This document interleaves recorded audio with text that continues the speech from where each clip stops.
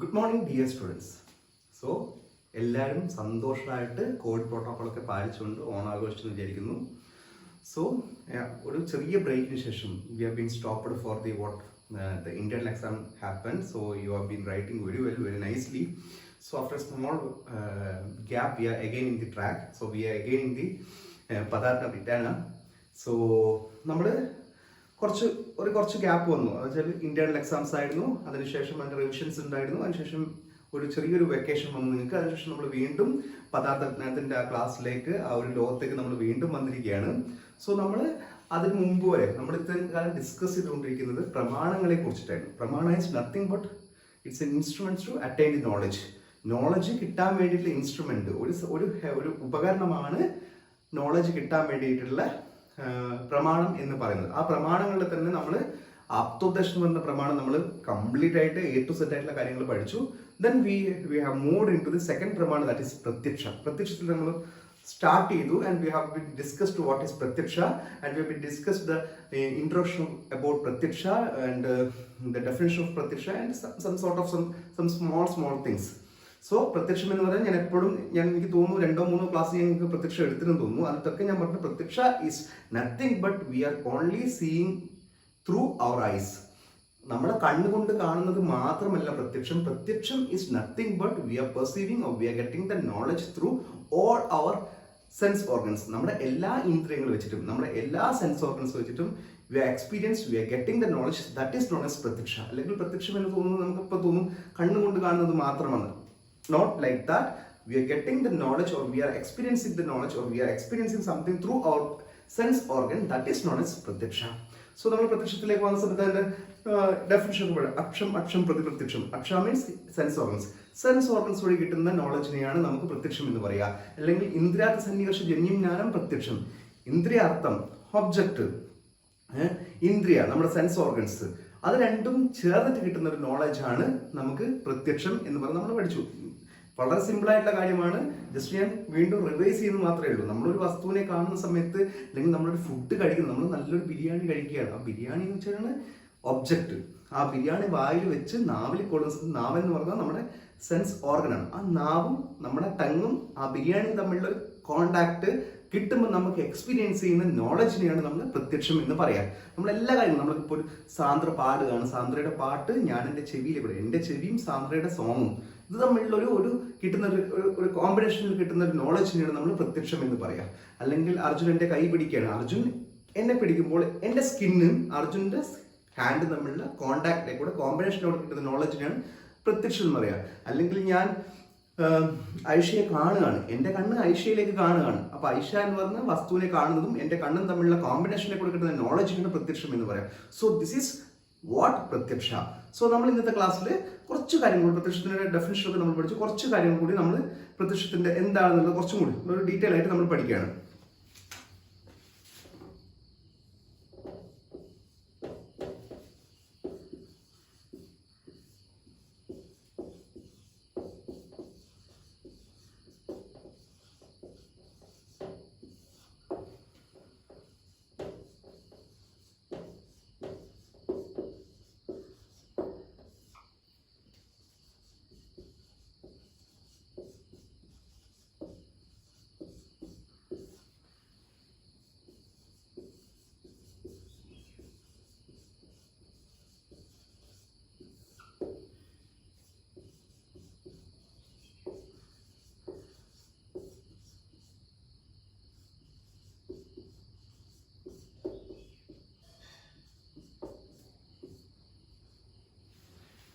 ന്യായസൂത്ര എന്ന് പറയുന്ന ഒരു ടെക്സ്റ്റിൽ പറഞ്ഞിരിക്കുന്നതാണ്. നമ്മൾ പ്രത്യക്ഷത്തിൻ്റെ ഒരു ക്വാളിറ്റിയെ കുറിച്ച് പറഞ്ഞിരിക്കുകയാണ്. ഇന്ദ്രിയാർത്ഥ സന്നികർഷജന്യം, ഇന്ദ്രിയാർത്ഥ സന്നികർഷജന്യം, ഇന്ദ്രിയ അർത്ഥ സന്നികർഷജന്യം, അവ്യപദേശം, അവ്യപദേശാപകതിയ അവ്യപദേശം, അവ്യഭിചാരി, അവ്യഭിചാരി, വ്യവസായ ആത്മകം പ്രത്യക്ഷം. സോ ഇന്ദ്രിയാർത്ഥ സന്നികർഷജന്യം, അവ്യപദേശം, അവ്യഭിചാരി, വ്യവസായാത്മകം പ്രത്യക്ഷം, ന്യായസൂത്രം എന്ന് പറയണം. പ്രത്യക്ഷം എന്താണ്? പ്രത്യക്ഷം ഇന്ദ്രിയാർത്ഥ സന്നികർഷജന്യം, ഇന്ദ്രിയങ്ങളും അതിന്റെ അർത്ഥങ്ങളും. sense organs and the sensory object. So combination of the sense organs with the sensory object. അതിനെയാണ് നമ്മൾ പ്രത്യക്ഷം എന്ന് പറയുന്നത്. നമുക്കറിയാം പ്രത്യക്ഷം എന്ന് പറയുന്ന സംഭവം നമ്മുടെ ഇന്ദ്രിയങ്ങളും ഇന്ദ്രിയ അർത്ഥങ്ങളും നമ്മൾ സെൻസറി ഒബ്ജക്റ്റും സെൻസ് ഫാക്കൽറ്റീസ് അല്ലെങ്കിൽ സെൻസ് ഓർഗൻസ് നമ്മുടെ കോമ്പിനേഷനിലൂടെ കിട്ടുന്ന നോളജാണ് നമ്മൾ പ്രത്യക്ഷം എന്ന് പറയുക. അതെന്തൊക്കെയാണ്? അവ്യപദേശിയമാണ്, അവ്യഭിചാരിയാണ്, വ്യവസായാത്മകമാണ്. സോ ന്യായസൂത്രം ടെക്സ്റ്റ് പറയാണ്, അതിൽ പറയാം പ്രത്യക്ഷം എന്ന് വെച്ചാൽ it is nothing but the combination of the ഇന്ദ്രിയാത്ത വിത്ത് ഇന്ദ്രിയ ആൻഡ് ദാറ്റ് പ്രത്യക്ഷ ഈസ് അവ്യപദേശിയ, അവ്യഭിചാരി ആൻഡ് വ്യവസായാത്മക. അവ്യപദേശിയ എന്ന് വെച്ചാൽ നമുക്ക് എന്താ നോക്കാം. അവ്യപദേശിയ എന്തോ ഒരു ഓപ്പോസിറ്റ് ആയിട്ട് പറയുന്ന സാധനം. അവ്യപദേശിയ, അവ്യപദേശിയ കോൺക്രീറ്റ് എന്നാണ് അർത്ഥം. Concrete, concrete, concrete.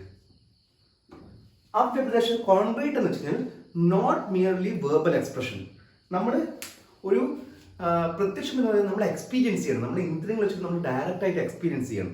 ഞാൻ സാന്ദ്രയെ കാണുകയാണ്, ഞാൻ എക്സ്പീരിയൻസ് ചെയ്യാണ്. ഞാൻ അല്ലെങ്കിൽ അർജുനന്റെ കൈ തൊടുകയാണ്, എനിക്ക് എക്സ്പീരിയൻസ് ചെയ്യാണ്. അല്ലെങ്കിൽ ഞാൻ എന്താ പറയുക, ഞാനൊരു ബിരിയാണി കഴിക്കുമ്പം എനിക്ക് ആ ബിരിയാണിയുടെ ടേസ്റ്റ് എനിക്ക് മനസ്സിലാണ്.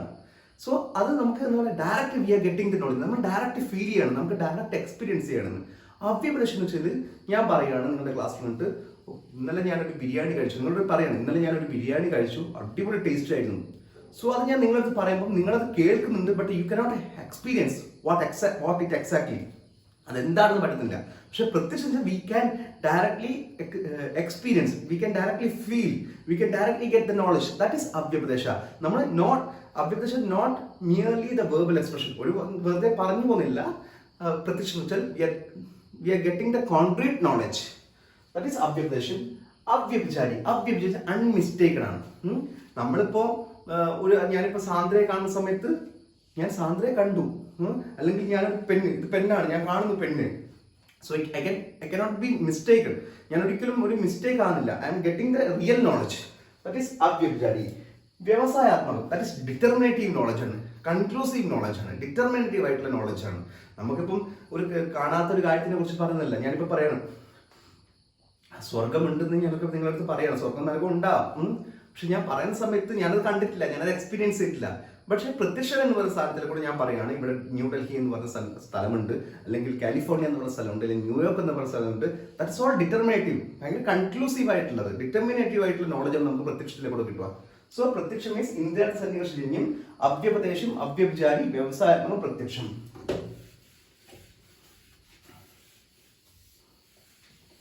ഇനിയാണ് ജ്ഞാന ഉത്പത്തി ക്രമം.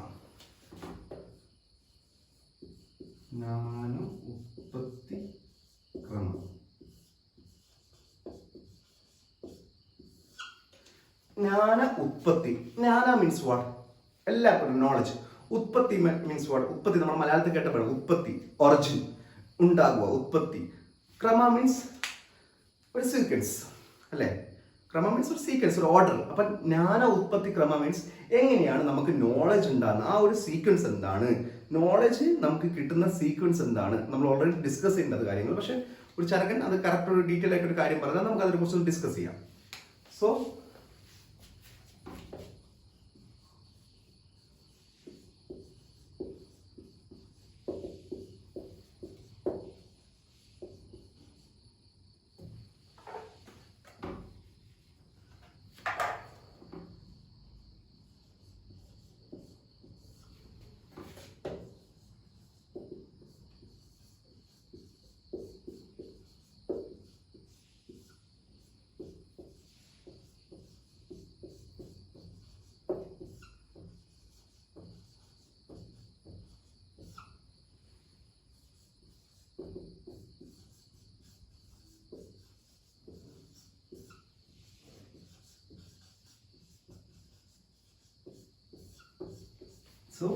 ജ്ഞാന ഉത്പത്തി ക്രമ, how we are getting the knowledge, the order of we are getting the knowledge, that is ജ്ഞാന ഉത്പത്തി ക്രമ. അതെന്താ നമുക്ക് നോക്കാം.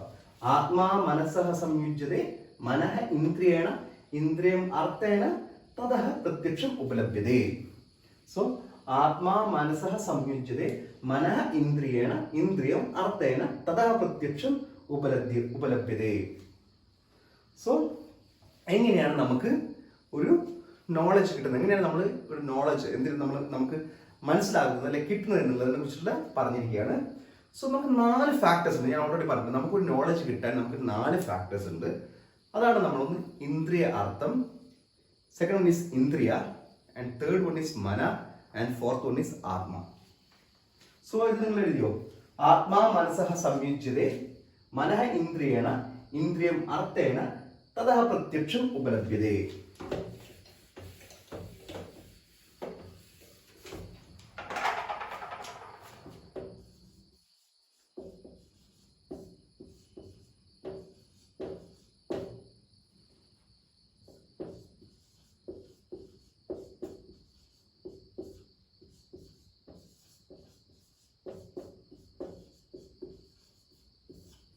സോ ഞാനിപ്പം ബോർഡിൽ സ്ഥലമില്ലാത്തതുകൊണ്ട് ഇങ്ങനെ എഴുതിയത്. നിങ്ങൾക്ക് എങ്ങനെ ഇവിടെ എഴുതാം?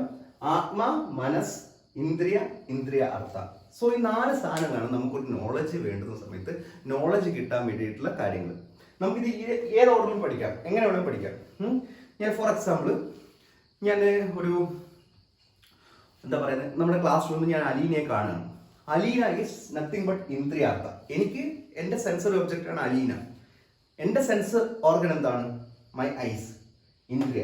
അത് എൻ്റെ മൈൻഡിലേക്ക് പോകണം, മനസ്സിലേക്ക് പോകണം. ദാറ്റ് ഇറ്റ് ഈസ് അലീന, അത് അലീനയാണ് എന്നുള്ളത് എൻ്റെ മനസ്സിൽ തീരുമാനിക്കും. Then finally it will go to ആത്മ ഓർ സോൾ, ആൻഡ് ഞാനത് തീരുമാനിക്കും ഇത് അലീന ആണെന്നുള്ളത് ഞാൻ തീരുമാനിക്കും.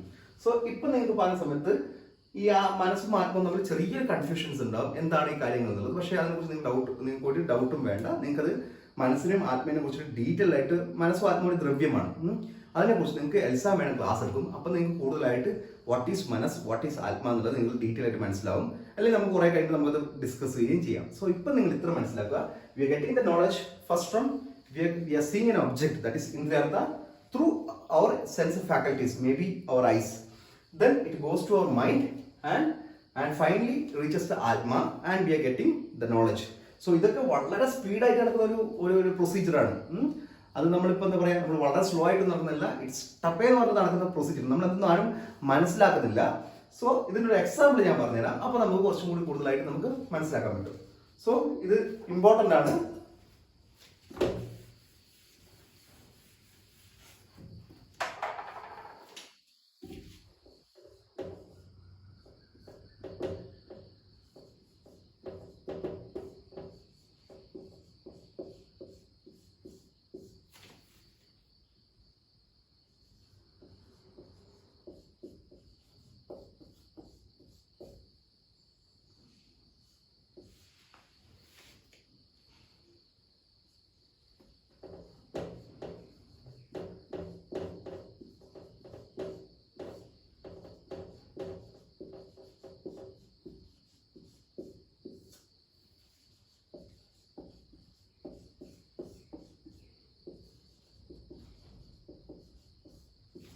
ചരകം സംഹിത സൂത്രസ്ഥാനം 8ാമത്തെ ചാപ്റ്ററിൽ പറയാണ്, മനഃ സരഹ പുരാണി ഇന്ദ്രിയാണി അർത്ഥഗ്രഹണ സമർത്ഥാനി ഭവന്തി.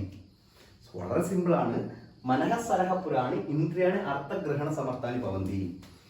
സോ വാട്ട് ഈസ് പ്രത്യക്ഷ? ഞാൻ പറഞ്ഞു ഇന്ദ്രിയാർത്ഥ സന്നികർഷ ജന്യജ്ഞാനം പ്രത്യക്ഷം. അതായത് ഇന്ദ്രിയങ്ങളും അതിന്റെ അർത്ഥങ്ങളും തമ്മിലുള്ള കോമ്പിനേഷനെ കൂടെ കിട്ടുന്നതാണ് നമുക്ക് പ്രത്യക്ഷം എന്ന് പറയുന്നത്, ഇന്ദ്രിയാർത്ഥ സന്നികർഷ ജന്യം. സോ അങ്ങനെയാണ് നമുക്ക് കിട്ടുക. അപ്പൊ ഇവിടെ പറഞ്ഞു ഇന്ദ്രിയാണ് അർത്ഥഗ്രഹണ സമർത്ഥാനി ഭവതി.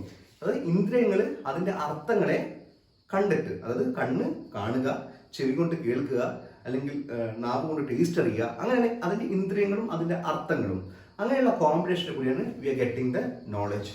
പക്ഷെ ഇങ്ങനെയൊക്കെ കിട്ടുമെങ്കിലും വിത്തൗട്ട് മനസ് you will not get the knowledge. അല്ലെങ്കിൽ നമുക്ക് മനസ്സാണ് നമുക്ക് ആക്ച്വലി നമുക്ക് നോളജ് കിട്ടാൻ വേണ്ടി നമ്മളെന്താ കീ റോൾ ചെയ്യുന്നത് മനസ്സാണ്. നമ്മൾ ആത്മേന്ദ്രിയ മനോവർത്താന സന്നികർഷ പ്രവർത്തതയെ വ്യക്തതത്വ ബുദ്ധി പ്രത്യക്ഷം സന്നിഗദ്ധ്യ എന്നിട്ട് നമ്മൾ പഠിച്ചല്ലോ.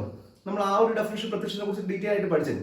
സോ ഇവിടെയാണ് മനസ്സിന് ഇമ്പോർട്ടൻറ്റ് പറയുന്നത്. നമുക്കത് വളരെ സിമ്പിളാണ്. നമ്മൾ ക്ലാസ് ഇരിക്കുന്ന സമയത്ത് ഏതോ ഒരു ഫാക്കൽറ്റി എക്സോ വൈയോ സെറ്റ് ക്ലാസ് എടുക്കുന്നു, അല്ലെങ്കിൽ ഞാൻ തന്നെ ക്ലാസ് എടുക്കുന്നു.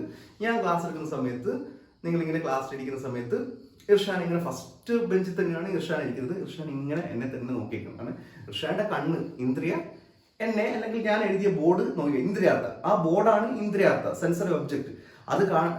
അത് കണ്ടുകൊണ്ടിരിക്കണം. സോ ഇർഷാനസ് eyes and that board is means connected. അതിനെയാണ് ഇന്ദ്രിയർത്ഥ അല്ലെ ഇന്ദ്രിയർത്ഥ സന്നികർഷ രഞ്ജി എന്ന് പറയാം. ഇന്ദ്രിയർത്ഥ സന്നികർഷം കണക്ട് ആയിട്ടുണ്ട്. പക്ഷെ ഇർഷാന ഉള്ളത് ഇപ്പം ദുബായിലോ അല്ലെങ്കിൽ ഇർഷാനന്റെ മനസ്സിപ്പോൾ ഉള്ളത് വീട്ടിൽ എന്താ കുക്ക് ചെയ്യുന്നതോ അല്ലെങ്കിൽ ഇന്നലെ കണ്ട ഫിലിമിന്റെ സീനുകൾ ഓർത്തിരിക്കുകയോ ആണെന്ന് വിചാരിക്കുക. അല്ലെങ്കിൽ എവിടെയുള്ള ദുബായിലെ കുറച്ച് സീനറീസ് ഒക്കെ ഓർമ്മിച്ചോടിക്കുക, അമേരിക്കയിലെ എന്താ പറയുക ബൈഡനെ കുറിച്ച് ആലോചിക്കുകയാണ്. സോ മനസ് is going somewhere and actually her Indriya and Indriya is connected in the classroom, but she is not getting the knowledge. Why? Her mind is gone somewhere. So this is the importance of mind. നമുക്ക് എപ്പോഴും നമ്മുടെ മനസ്സെന്ന് പറഞ്ഞ സമയം നമ്മളിങ്ങനെ ആലോചിച്ചായി മനസ്സിൽ നിങ്ങൾക്ക് doubt വരുന്ന സമയത്ത് നമ്മൾ ഫിലിം കണ്ടുകൊണ്ട് നമ്മൾ വേറെ കാര്യങ്ങൾ ആലോചിക്കാറുണ്ട്. നമ്മുടെ വീട്ടിൽ നിന്ന് ടി വി കണ്ടിട്ട് ടി വിയിൽ ഒരു ഫിലിം കണ്ടുകൊണ്ടിരിക്കുന്ന ഫിലിമിൽ സീൻസ് നമ്മൾ വേറെ എവിടെ ചിന്തിച്ചിട്ടുണ്ടാകുക. നമ്മൾ ഫുഡ് കഴിച്ചുകൊണ്ട് may be we are thinking of something. That is the role of mind. There is a mind is there. Without mind, we are not getting the actual knowledge. Mind അവിടെ ഇല്ലെങ്കിൽ we are not getting. നമുക്ക് even we will not feel the നമ്മുടെ song കേൾക്കുകയാണ് നമ്മൾ sometimes your mind is somewhere and we are not feeling what the song was that നമുക്ക് മനസ്സിലാകത്തില്ല. അല്ലെങ്കിൽ നമ്മൾ ഫുഡ് കഴിക്കണം sometimes we are having jalebi ഭയങ്കര സ്വീറ്റ് ആയിട്ടുള്ള കാര്യമാണ്. Your mind is somewhere, no, we can't able to experience what the taste exactly. So അങ്ങനെയാണ് നമുക്കെല്ലാം ഒരാൾ ടച്ച് ചെയ്യാണ്. സോ നമ്മളിങ്ങനെ വിളിക്കത്തില്ലേ. സോ നമ്മൾ ചിലപ്പോൾ രണ്ടുപേരും നമ്മളെ എന്താ പറയുക നമ്മളെ തൊട്ടുകൊണ്ട് വിളിച്ചു കഴിഞ്ഞാൽ നമ്മൾ അറിയത്തില്ല. Because our mind is somewhere means will not get the knowledge. So ഇന്ദ്രിയർത്ഥ connected also. If there is no mind you will not get the knowledge. So this is the importance of mind. So ഇത്രയും കാര്യങ്ങൾ നിങ്ങൾ പഠിക്കുക. ഇനി നമ്മൾ അടുത്ത ക്ലാസ്സിൽ സന്നികർഷം പഠിക്കും. ഇന്ദ്രിയ സന്നികർഷം എന്താ നമ്മൾ പഠിക്കും. So, thank you all.